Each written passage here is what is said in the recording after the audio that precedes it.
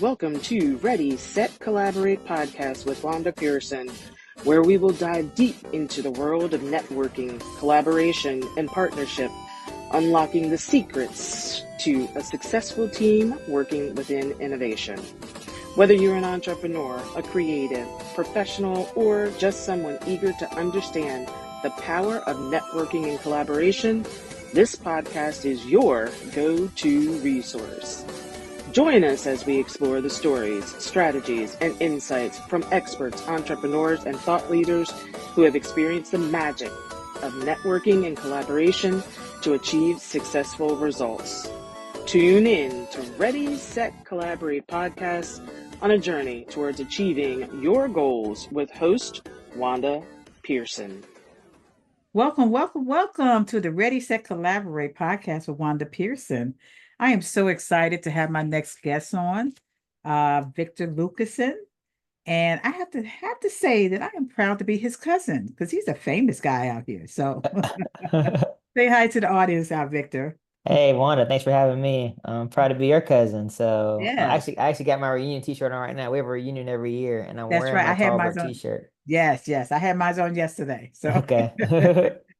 yes, we do. We have to keep that reunion, that bond that's in there because life is too short. We got to really do things to see each other and get to know each other and to get to know our kids and our families and our girlfriends and all of that. So Oh yeah, no doubt. yeah. So it's good to have you here. Thank you so much for having you. I'm happy to have you with us here. Oh yeah, happy to be here. Yes, I'm going to talk a little bit about your bio, and then you can add a little bit more about yourself Okay. and let the audience know what you're doing and how your book is. I mean, I got your book. I mean, I tell you, it's amazing. It's amazing. So, Thank all you. right. So, Victor Lucason is a journalist and author based in Tulsa who works to bring neglected Black history to light. His new book on the history of Tulsa's Greenwood district, From the Fire, is a multi-generational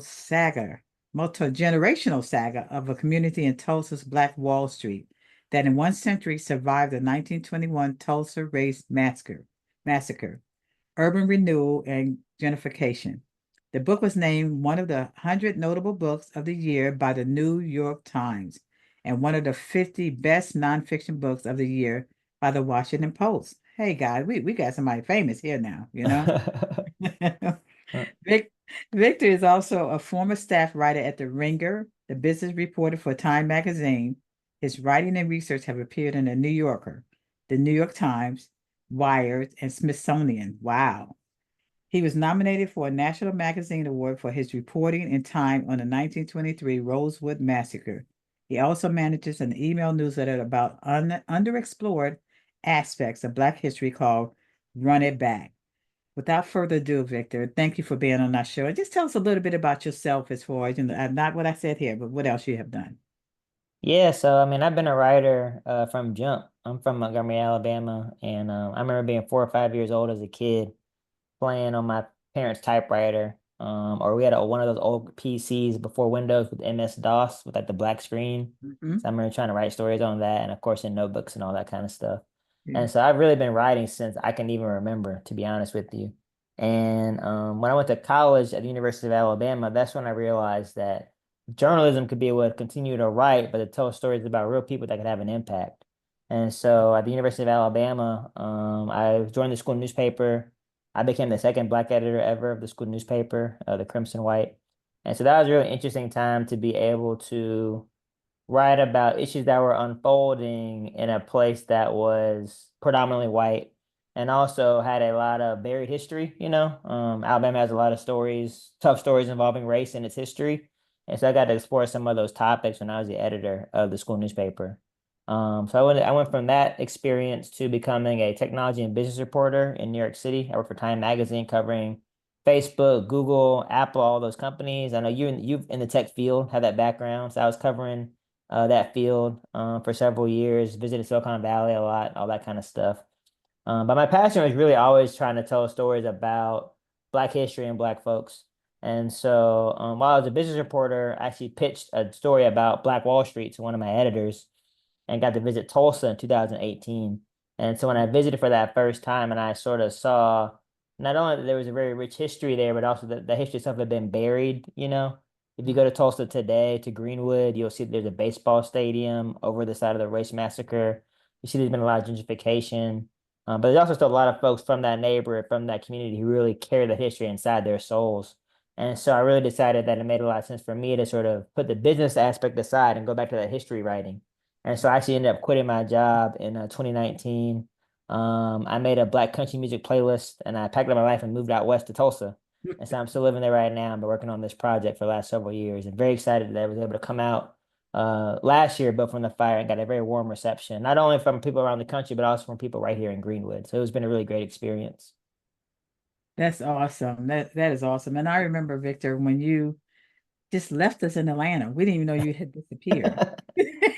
It's like, what? Right. At least you could have said goodbye, Victor. You were in I'm sorry. I Atlanta. was a man on a mission, and I apologize though. Yes, you did. Yes, you did. And I tell you, but I'm so proud of you going on that mission and being able to share this story because I really didn't never knew about Black Wall Street. You taught me something about that. I didn't know what was going on. Me being from Chicago, I didn't know a lot of this stuff that was going on. So I really appreciate you sharing that. And also, you actually go from state to state, city to city to talk about your journey there. And I remember you coming to Atlanta and you brought some of the people that were in Tulsa. And what Yeah. was the oldest I say oldest young lady that you told her story about? What was her name? Yeah, her name is Joanne, Miss Joanne Guilford. So in my book, Built from the Fire, I actually follow one specific family who has been on Black Wall Street the entire time. They were there when the Race Massacre happened. They rebuilt their lives. They're still there. They own a black newspaper. And so folks from that family, the Goodwin family, they were actually part of this event I did in Atlanta last fall. And so the eldest living member of their family, Miss Joanne, she's 90 years old. So Wow. she was born just a few years after the Race Massacre. She remembers the Great Depression. She remembers World War II. All the events we think of as being history books, she remembers all that stuff. And specifically, she remembers how those were if you were black. You know, we learn about those things in school, but we don't learn about what it was like in the Great Depression if you were black, World Mhm. War II if you were black. And so I think her being able to bring that history forward is really important for me because my book, Built from the Fire, yes, it covers the Race Massacre, but it's also about what happened after the Race Massacre. What is Greenwood like in the 30s, 40s, 50s? What is it like today? And so having folks like Miss Joanne able to bring that story true to life was really, really valuable. And it was really awesome to be able to have her, be part of that presentation we did in Atlanta last year. Yeah, it really wasn't. And some of the other people that was on the stage with you, who was on the stage with you during that time? Yeah, so it's been in Atlanta. It really was about trying to highlight the folks who really are from that community. I am, this podcast is about collaboration. And so Hmm. I'm not from Tulsa. I'm not from Greenwood. And I think when you're moving in a space like that suffered a really serious trauma, you have to be really careful about making sure that you're not exploiting people or just taking from them. And Hmm. so it's always been really important for me to elevate the folks who are really telling the true story from their lived experience. Yeah. So on the stage with me, we had at this event in Atlanta last year, Greg Goodwin. So Greg is Miss Joanne's nephew. He's kind of in the next generation of descendants from the Race Massacre. Mhm. He's actually a baseball coach in Atlanta, so he was there with us. And then also Nehemiah Frank, who was a young journalist about my age. He actually owns a black-owned news outlet called the Black Wall Street Times in Tulsa. Yeah. And so he's also a massacre descendant himself. And so these are folks who actually live that experience across, that's three different generations of folks, from Miss Joanne to Greg to Nehemiah, all descended from this event and kind of give different perspectives on it. And so for me, it was really important to make sure that when I go out talking about this stuff, it's not people just seeing me, Victor, the historian, talking about it from some level of remove, but you get that perspective of folks who really lived all of it. Hmm. Exactly, exactly. This is great. So I wanted to ask you a question. I think you probably already touched on it, but why you chose to write about Greenwood? Just give us a little bit more of why you chose to write Yeah, about so this is back in my Atlanta days when I was being a hermit. it. um Yeah, you were a hermit. Victor, you there? But one day, one of my high school friends from Montgomery came to visit in Atlanta, and we were having lunch right outside my apartment in Grant Park. And the film 12 Years a Slave came up. My friend had not seen that movie and said he didn't want to see the movie because he was tired of only seeing Black folks being brutalized and all these historical depictions. If you think about the kind of movies they make about Black history, we usually either slaves or maybe civil rights movement, we get sick by dogs, and that's about it.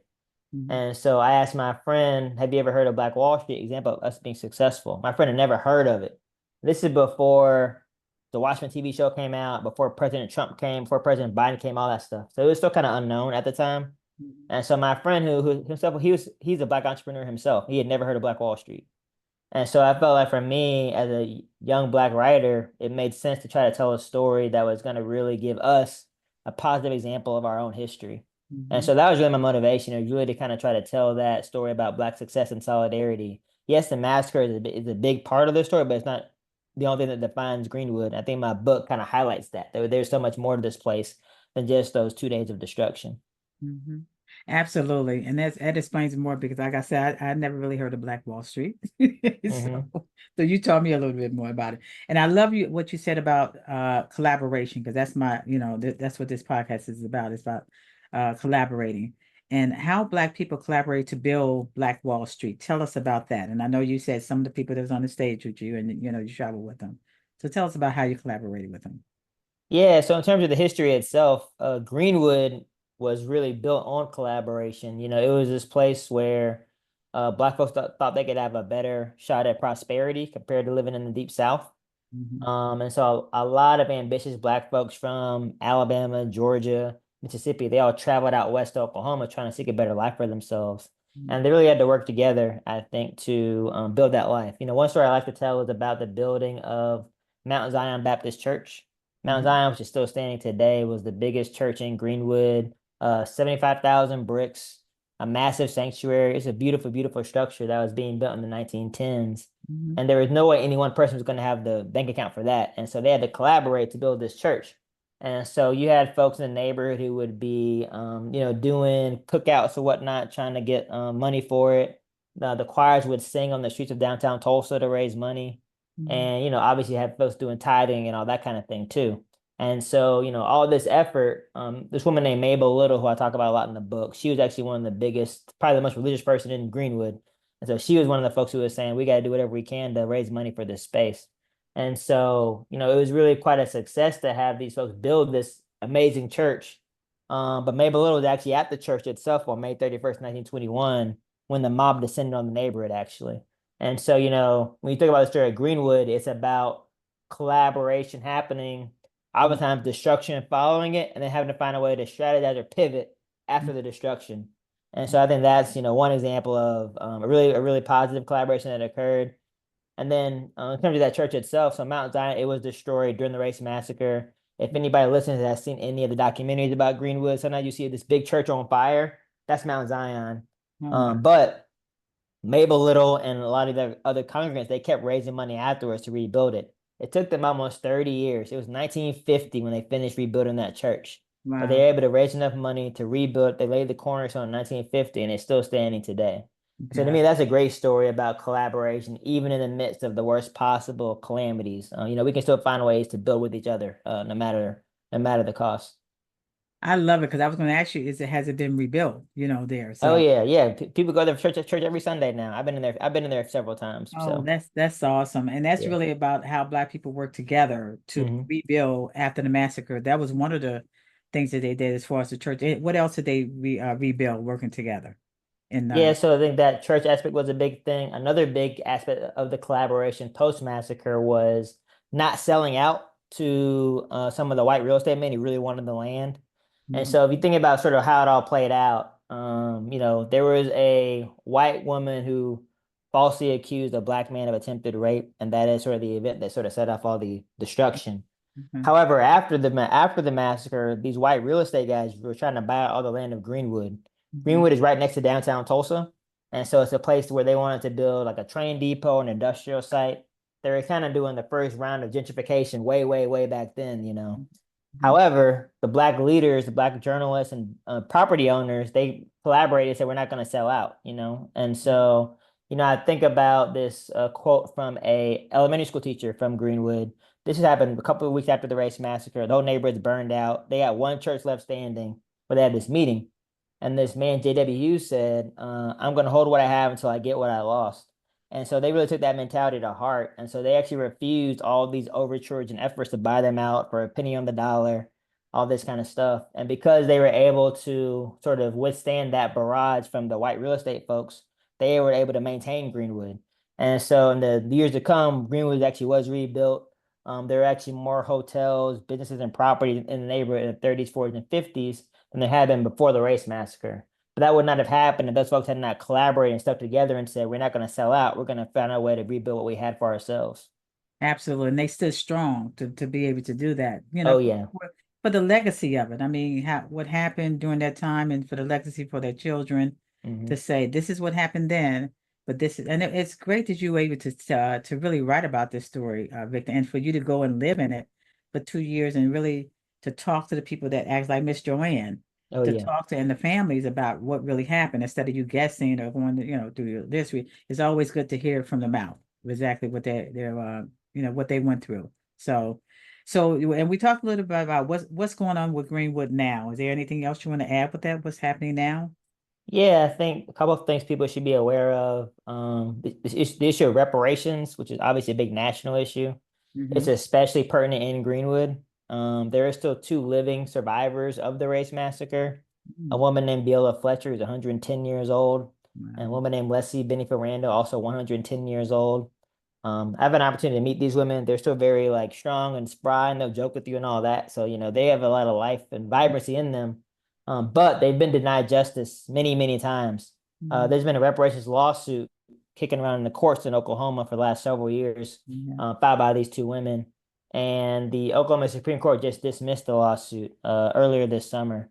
And so they're appealing that case right now, but it's a pretty tough case that they're facing. But this issue of reparations is still very much alive in Tulsa.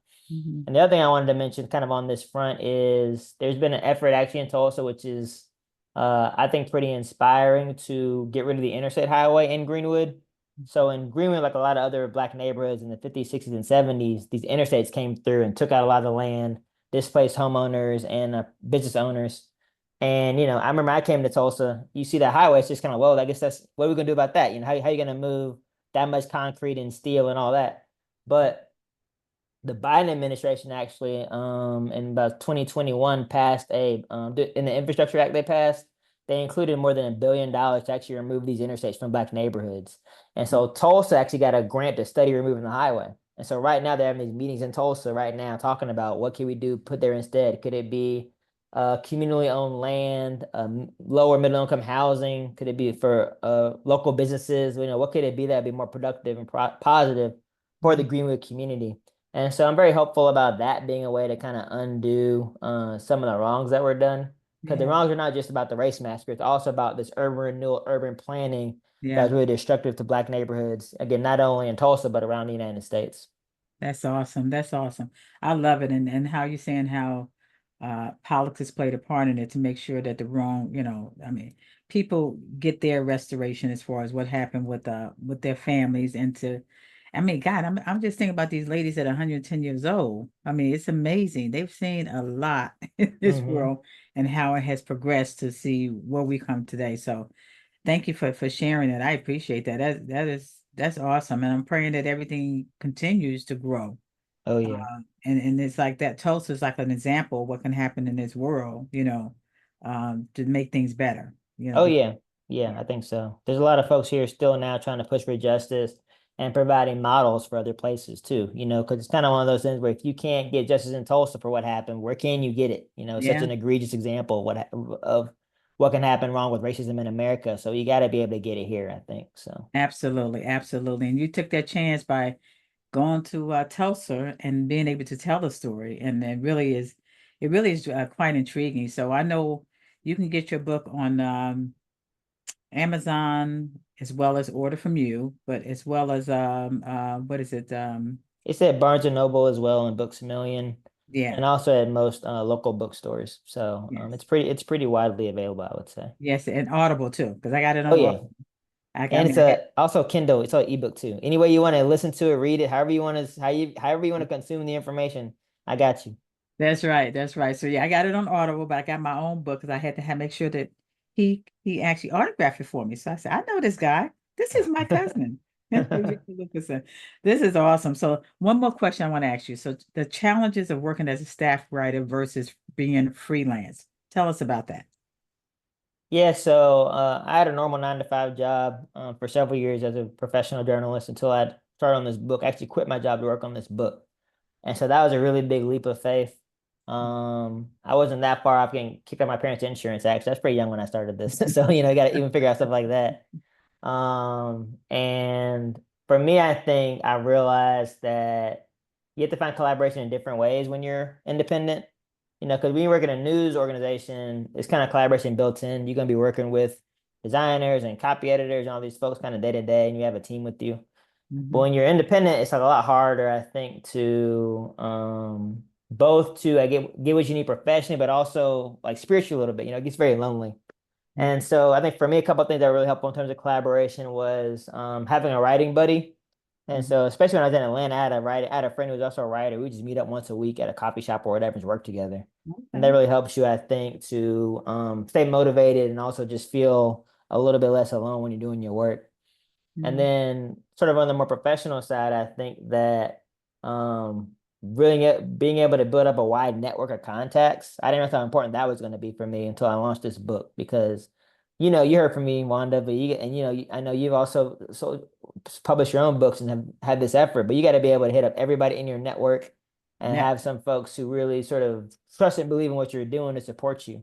And so I think for me, just realizing how wide my network was and figuring out ways to engage with all those folks is really, really important for making this book a success. So that was definitely a collaboration that wasn't formal, like, me having an employer or what have you, but all the different folks from all parts of my life really being excited about supporting me was a really great collaborative effort. Mm-hmm. Mm-hmm. Exactly. And that's what I say. Yeah, with my business and with the books I wrote, I had to do a lot of networking. Hmm. So, you can't just sit in your house and say, okay, I wrote a book, that's it. You got to get out there and network with people and then let people tell about you. So that's a good example of that. So one last question, and then I want to hear about your future. The importance of mentoring in the world of writing and journalism. Do you mentor other people? Yeah, so I do think that's really important at the University of Alabama where I'm an alum. I started a nonprofit called MassDev that's actually geared towards mentoring for Black students and students of color.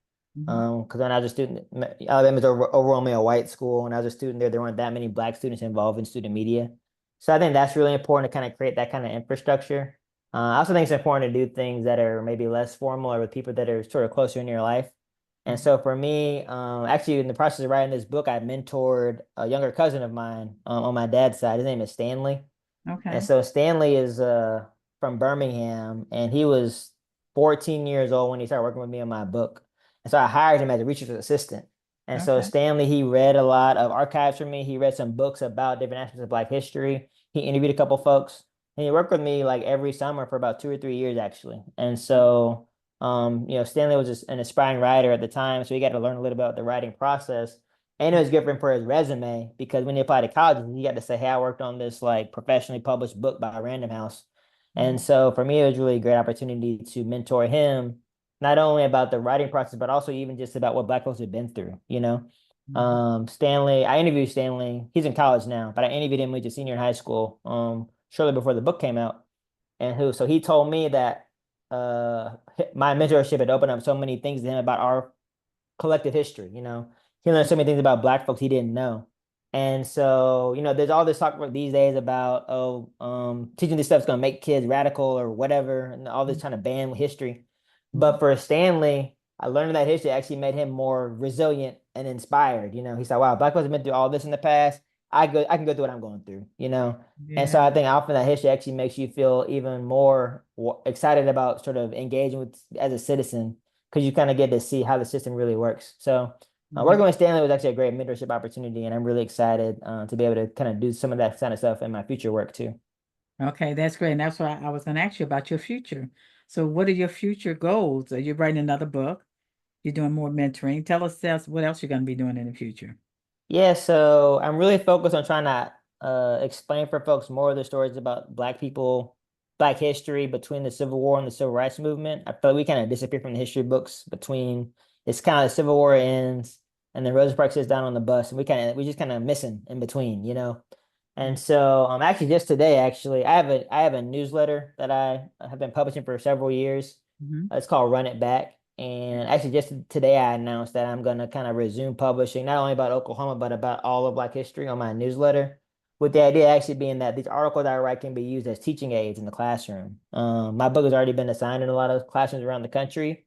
As I'm trying to write some articles that are a little bit smaller, more digestible, a little kind of more ready-made for classroom environment, you know? And that's something that can be used like in a middle school, high school class to learn about these different aspects of our history that aren't really being taught that much in schools. And so Yeah. I'm very excited about that. And if folks want to check it out, they can look it up at it's called Run It Back, and it's at runitback.substack.com. My newsletter that's about Black history.